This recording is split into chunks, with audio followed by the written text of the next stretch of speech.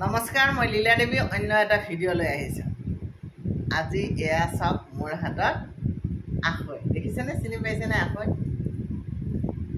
আমাৰ অসমীয়া মানুহে আখৈ চিনি পায়। আখৈ হ'ল এবিধ উৎকৃষ্ট জলপান, যিয়ে আমাৰ শৰীৰৰ চৰ্বি দূৰ কৰে। আচ্ছা,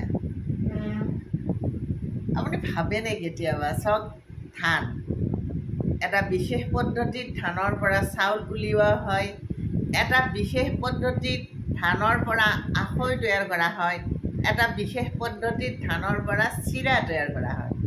আৰু প্ৰত্যেকটো বস্তুৰে মান আমাৰ কাৰণে বেলেগ বেলেগ। ধানৰ পৰা চাউল নহ'লে নহয়, চাউল আমাৰ প্ৰধান খাদ্য। চাউল, আলো চাউল, উহা চাউল, যদি আপুনি চাউলটো সিদ্ধ নকৰাকৈ, ধানখিনি সিদ্ধ নকৰাকৈ ৰ'দত শুকুৱাই বানে, তেতিয়া আলো চাউল, আৰু যদি সিদ্ধ কৰি বনায় সেইটো হ'ল উহা চাউল বুলি কয়। আৰু এই আখৈটো ধানখিনি ভাজি লৈ প্ৰথমতে শুকাব লাগে, তাৰপিছত ভাজি লৈ কেৰাহীত দি এনেকৈ আখৈ কৰিব পাৰে। কিছুমানে বালিও লয়, বা কেৰাহীত বালি দিয়ে, বালিখিনি গৰম কৰি লয়, তাৰপিছত ধান দিয়ে আৰু তাৰপিছত আখৈ ভাজে। আকৌ চিৰাও তেনেকৈ পানীত তিয়াই থয় এক ৰাতি, কিছুমানে দুৰাতিও থয়, তাৰপিছত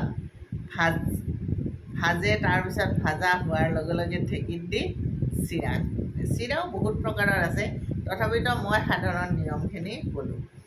আমাৰ মাংগলিক কাৰ্যবিলাকত এই আখৈৰ গুৰুত্ব বহুত বেছি।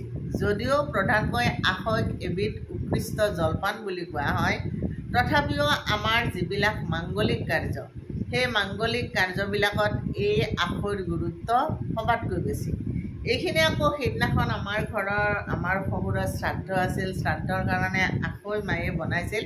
আমাৰ শাহু মায়ে আকৌ প্ৰত্যেকটো শুভ কাৰ্যতে আখৈৰ ব্যৱহাৰ কৰে।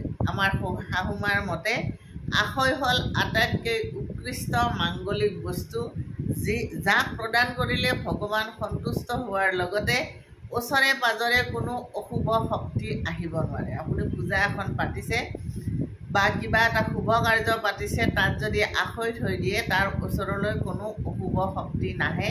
আৰু সেই কথাটো সৰুৰ পৰা শাহু মায়ে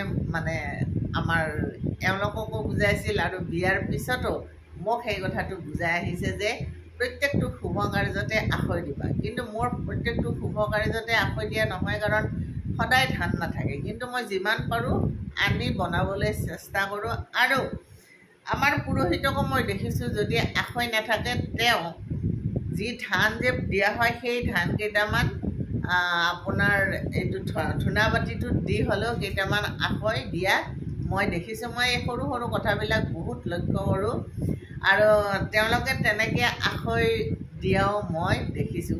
আখৈটো যথেষ্ট দৰকাৰী। আনকি সত্যনাৰায়ণ পূজাতো আপুনি আখৈৰ ব্যৱহাৰ কৰিব পাৰে, বা আখৈৰ ব্যৱহাৰ দৰকাৰী। মই দেখিছোঁ কাৰণে কথাখিনি ক'লোঁ। আখৈ থাকিলে কোনো অশুভ শক্তি নাথাকে। আনহাতে জনবিশ্বাসত আখৈ, জানে নাই? জনবিশ্বাস হ'ল যে আমাৰ কিছুমান সৰু ল'ৰা ছোৱালীৰ সোনকালে মাত নুফুটে। সোনকালে যদি মাত নুফুটে, তেতিয়াহ'লে এই আখৈ যদি তেওঁৰ নামত, ল'ৰা বা ছোৱালী যিয়ে কেঁচুৱাটোৰ নামত যদি এই আখৈ আগবঢ়োৱা হয় মন্দিৰত, বা ঘৰতে কেৰাহীত ধান দি যদি মাকে ভাজাৰ লগতে কেঁচুৱাৰ হাতখনত ধৰি থাকিব দি যদি বনায়, ফুটফুটকৈ যদি আখৈবিলাক চিটিকি যায়, তেতিয়া সোনকালে মাত ওলায় বুলি জনবিশ্বাস। মোৰ ডাঙৰ ল'ৰাটো বহুত বছৰলৈ মাত ওলোৱা নাছিল, গতিকে মোৰ শাহু আয়েও মোক তেনেকৈ কৰিব দিছিল, আৰু তাৰপিছত ইমান কথা কোৱা হ'ল, কথা কোৱাৰ কাৰণে মাৰ খোৱা হ'ল, আৰু তাৰপিছত এতিয়া কিন্তু খুব কম কথা কয় এনেকুৱা। কিন্তু আখৈৰ জনবিশ্বাস বহুত। এটা জনবিশ্বাস হ'ল আখৈ ভাজিলে বা মন্দিৰত আগবঢ়ালে সৰু ল'ৰা ছোৱালীৰ মাত ওলায়। ২ নম্বৰ কথা হ'ল যে কিছুমান মানুহ খুব অন্তৰ্মুখী, অন্তৰ খুলি তেওঁলোকে কাকো একো ক'ব নোৱাৰে, আৰু নিজৰ অন্তৰৰ দুখ যন্ত্ৰণা সহ্য কৰিব নোৱাৰি বহুত সময়ত তেওঁলোক উদ্ভ্ৰান্ত হৈ পৰে, দিশভ্ৰান্ত হৈ পৰে। গতিকে তেওঁলোকৰ নামতো যদি আখৈ আগবঢ়োৱা হয়, বা তেওঁলোককো যদি এনেকৈ আখৈ ভাজিব দিয়া হয়, তেতিয়াহ'লে মনৰ দুৱাৰ খোল খায় আৰু মনৰ কথাবোৰ শ্বেয়াৰ কৰিব পৰা হয় বুলি লোকবিশ্বাস এটা আছে যে মনৰ কথাবোৰ যদি মানুহে শ্বেয়াৰ কৰে, ইজনে মনৰ দুখবোৰ মানুহৰ লগত আলোচনা কৰে, কিছুমান সিদ্ধান্ত কিছুমান সময়ত মানুহৰ কাৰণে এখন পাহাৰৰ দৰে হৈ যায় যে এইটোৰ পিছত মই কি কৰিম, মোৰ কি হ'ব, নিজে চিন্তা কৰিবও নোৱাৰে আৰু আনৰ আগত প্ৰকাশ কৰিব নোৱাৰে আৰু তেতিয়াই এটা ভুল সিদ্ধান্ত ল'বলৈ বাধ্য হৈ যায় বহুত সময়ত অন্তৰ্মুখী মানুহবোৰে। কিন্তু তেওঁ যদি বহিৰ্মুখী হয় তেতিয়াহ'লে কথাবোৰ আলোচনা হয় আৰু এটা সহজ উপায় ওলাই যায়। গতিকে আখৈৰ মান্যতা সেইটো দিশৰ পৰাও। অন্য ঘৰত যেতিয়া আপুনি ধৰক গৃহপ্ৰৱেশ কৰিব তেতিয়াও আখৈ দি তাৰ লগত যদি আপুনি ধুনীয়াকৈ মিঠাই চিঠাই সজাই দিয়ে তেতিয়াহ'লে কোৱা হয় যে দেৱতা খুব সোনকালে সন্তুষ্ট হয় আৰু আপোনাৰ ঘৰলৈ অহা প্ৰত্যেকৰ মনটো একে নহয়, কিছুমানৰ নজৰ বেয়াও থাকিব পাৰে, এই বেয়া নজৰটো দূৰ হয় বুলি জনবিশ্বাস বা লোকবিশ্বাস এটা চলি আহিছে।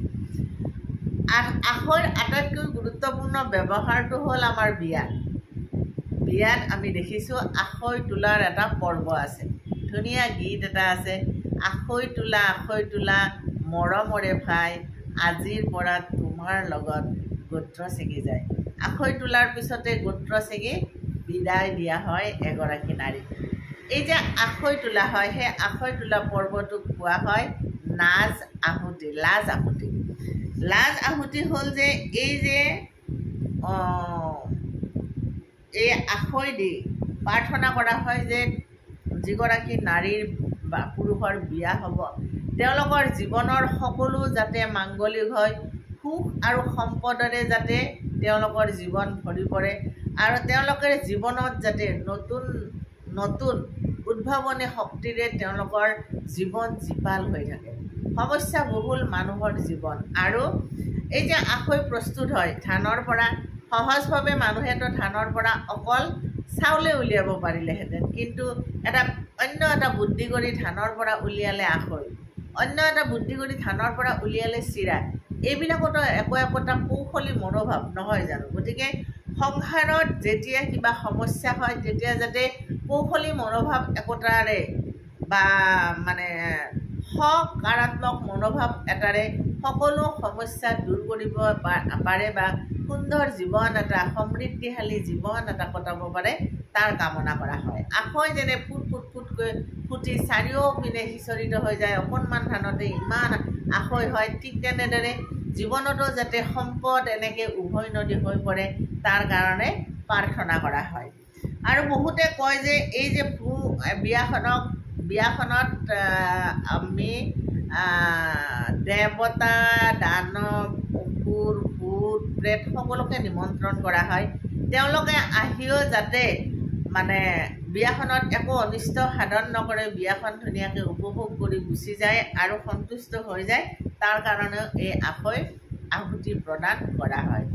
আখৈৰ বিষয়ে থকা এই বিশ্বাসখিনি আৰু আখৈৰ বিষয়ে থকা এই মতবাদখিনি মই আপোনালোকৰ আগত দাঙি ধৰিলোঁ। যদি ইয়াতকৈ কিবা বেছি আপোনালোকে জানে তেতিয়াহ'লে জনাব, কাৰণ আমাৰ মাজত সিঁচৰিত হৈ থকা লোকবিশ্বাসসমূহ, আমাৰ মাজত সিঁচৰিত হৈ থকা শাস্ত্ৰীয় কথাসমূহ আমি সকলোৱে জনাটো আটাইতকৈ দৰকাৰী কথা। কাৰণ এতিয়া সামাজিক দূৰত্বটো আমাৰ বহুত কমি আহিছে, এটা মোবাইলৰ মাজতে আমি গোটেই সমাজখনকে বিচাৰি পাবলৈ লৈছোঁ। সৎ আৰু উদ্ভাৱনী প্ৰক্ৰিয়াৰে, সৎ আৰু সৃজনাত্মক এটা দৃষ্টিভংগীৰে আমি যদি কথাবোৰ আলোচনা কৰোঁ তেতিয়াহ'লে শুদ্ধ এটা বাতাবৰণৰ সৃষ্টি হ'ব আৰু মানুহৰ মনত থকা দুৱনিবোৰ যে কিয় দিয়া হয়, কি কাৰণে কৰা হয়, কৰিলে কি হয়, এই ধৰণৰ যিবিলাক কৌতূহলী প্ৰশ্ন সেই প্ৰশ্নবোৰো আঁতৰিব। ভালে থাকক সকলো। এতিয়া মই দোকানলৈ যাব ওলাইছোঁ, তাৰ আগতে মই ভিডিঅ'টো প্ৰস্তুত কৰি উলিয়ালোঁ। আজি হ'ল ছেপ্টেম্বৰ মাহৰ 9 তাৰিখ, 9/9/2025। আজিৰ দিনটো যথেষ্ট গুৰুত্বপূৰ্ণ, ভালেই থাকিব সকলো। কিন্তু মানুহে গুৰুত্বপূৰ্ণ দিনটোক লৈ বহুত বিভ্ৰান্তিকৰ মতামত আগবঢ়াবলৈ লৈছে, ৰঙা কাপোৰ পিন্ধিবলৈ মানা কৰিছে, এই ধৰণৰ কথাবোৰ আপোনালোকে মানি নল'ব। বাস্তৱিক কথাবিলাকৰ ওপৰতহে গুৰুত্ব দিব।